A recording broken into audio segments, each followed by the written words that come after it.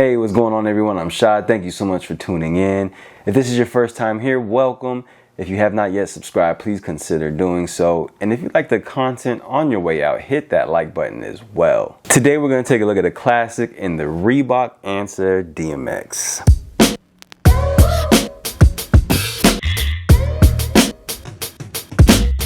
I picked these up last week on BTSN. Retail was $170 on these. I was excited about these because this is one of two models from the Allen Iverson signature line that I actually like. It's the questions and the answers. So I do have the 2012 version of these. When they retroed, I have them in the black.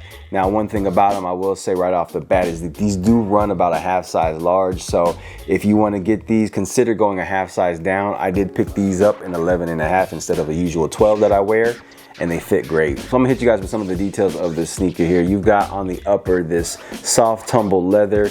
It feels like it's genuine leather, but I'm not quite sure. It does have a painted coating on top of it. And then you have like this paneling of leather going across the toe with a debossed vector logo as well. On the lateral side of the sneaker here, you've got this panel here, which looks like it's carbon fiber or faux carbon fiber.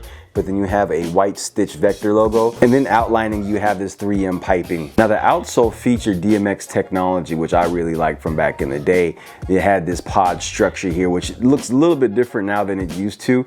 I know that in the original, and I think like one of the first retros, it had like these translucent pods. Now they're more solid rubber feeling. So I'm not quite sure if the technology is different in the shoe. What I will say though is that Wear Testers does a wonderful job of reviewing this shoe and the tech specs. So I do suggest you check that out. On the heel, you've got this black netting with this gold underlay. The lacing system is very interesting on this shoe. Very tight. Like if you were wearing these to actually play in, I think these will be great because you can actually lace these really, really tight.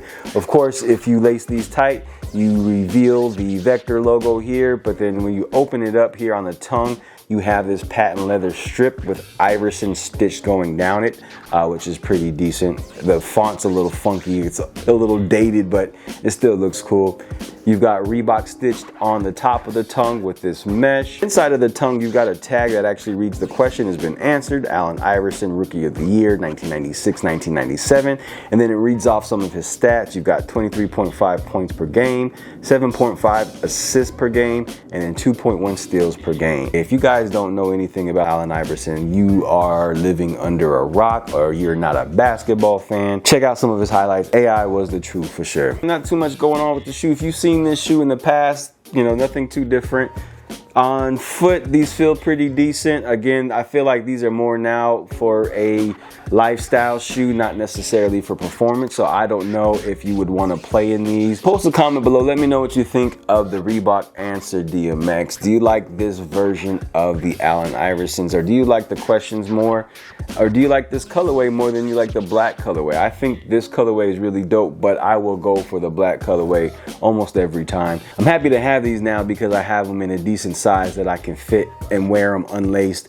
The other shoes that I have in the size 12, I got to tie them a little tight so that they don't slip. You definitely get some heel slippage on these shoes. So this is a good buy. I like this shoe. $170 on the price tag.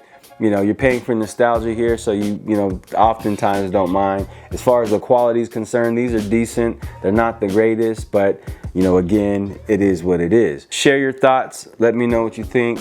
I am happy that I'm seeing all of these retros coming out this year. Unfortunately, my pockets aren't happy about it, but you know, this go around, I get to go back and pick up some of the things that I didn't have before, and that's what I love. The cool thing about it is a lot of the stuff that's coming out in the retro form is sitting, so it's easy to cop, which I appreciate 110%. I'm not always checking for the hype stuff. It's the nostalgia for me. It's the retro kicks for me. It's the classics for me. Thank you guys as always for tuning in. Please stay tuned. Hit that notification bell so you guys don't miss a drop. I will catch you on the next one. Y'all be easy. Peace.